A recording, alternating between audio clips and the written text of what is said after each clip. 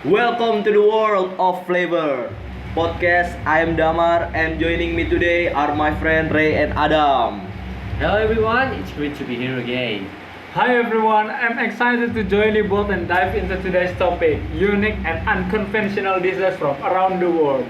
This is going to be fun. Absolutely, I always get excited when we talk about food because each dish has its own history and cultural significance.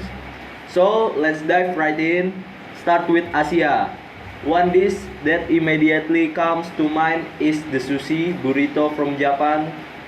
Just imagine combining the delicate flavor of sushi with the convenience of a burrito. It's like having the best of both worlds. Exactly, the sushi burrito isn't just a gimmick. It's a thoughtful fusion of flavor, sushi rice, fresh fish, vegetables, and a touch of soy or spicy mayo sauce. It's not only delicious but also very practical. You can carry it anywhere, just like a regular burrito. Damar, have you had a chance to try one? Not yet, but it's definitely on my food bucket list. I've read that some sushi burritos even incorporate more local flavor, like teriyaki chicken or tempura shrimp, which adds another layer of creativity. Speaking of innovation, there's also the ramen burger from Japan. This dish is truly one of a kind. The buns are made entirely of ramen noodles, held together and lightly fried, while the filling is a juicy burger patty. It's the kind of food that makes you wonder, why didn't anyone think of this sooner? Oh, I've actually had the ramen burger. It's such a creative twist, and the noodles give it a really satisfying texture. I thought it would fall apart, but it holds up surprisingly well. The combination of a crispy bun and a juicy patty is just incredible. That's true. I think it shows how versatile ramen can be. It's not just for soup. You can shape it into a bun and it still tastes amazing. Now, moving on to Europe, there's haggis from Scotland. This is a dish that's not for the faint-hearted, but it's deeply rooted in Scottish culture and tradition.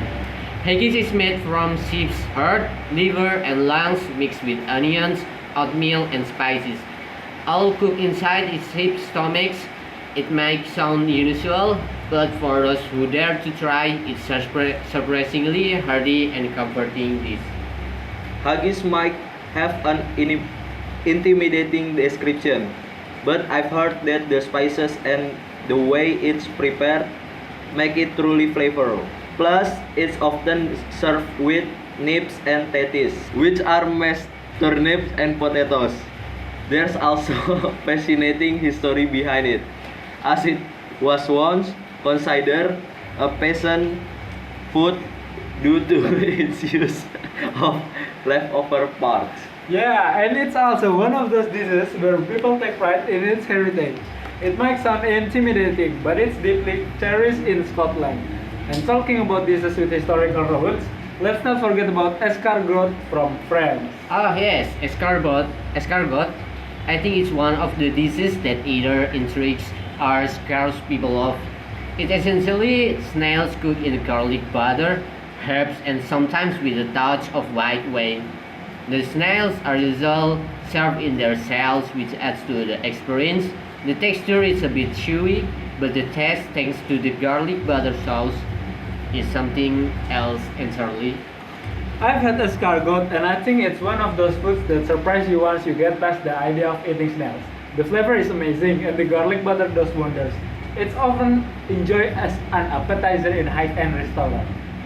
And even though it sounds like a delicacy, it's quite common in French households too.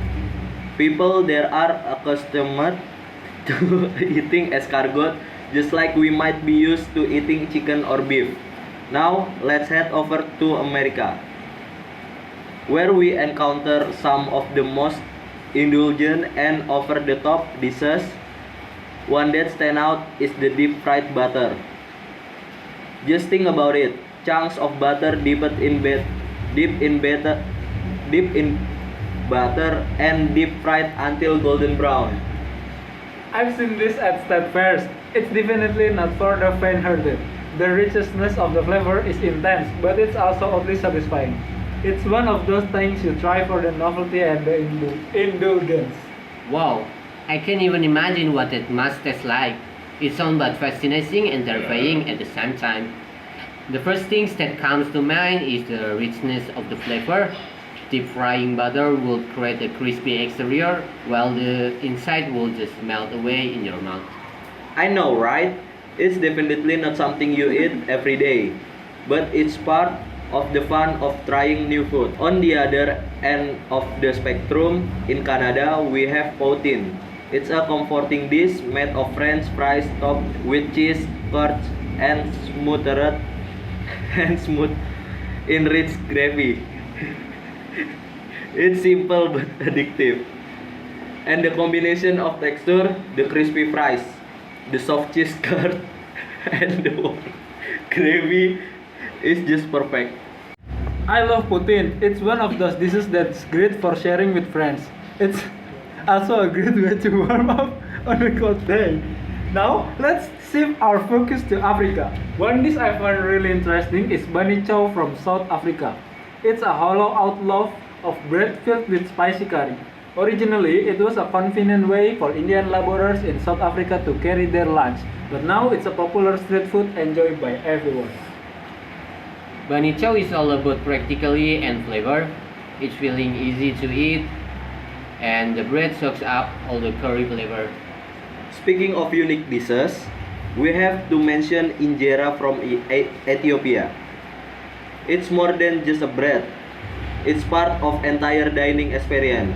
Injera is a sour, spongy flatbread made from teff flour, and it's served as both a plate and an eating utensil. You use it to scoop up a variety of stews and dishes that are placed on top of it. What I love about injera is how interactive it makes the meal. It encourages sharing and brings people together. Plus, the taste is quite unique. Slightly tangy and pairs perfectly with the savory and spicy stew. Each bite is like a little adventure. Absolutely. Every dish we've discussed today has its own story and cultural context. Whether it's a fusion dish like the sushi burrito or a traditional staple like haggis or injera, they are all represent a unique aspect of the places they come from. Ray, every day, huh? We hope today's episode has inspired you to be more adventurous with your food choices. Remember, every dish you try is like a passport to a different part of the world. Thanks for tuning in to World of Flavors. We can't wait to share more culinary stories and explore more unique dishes with you in the next episode.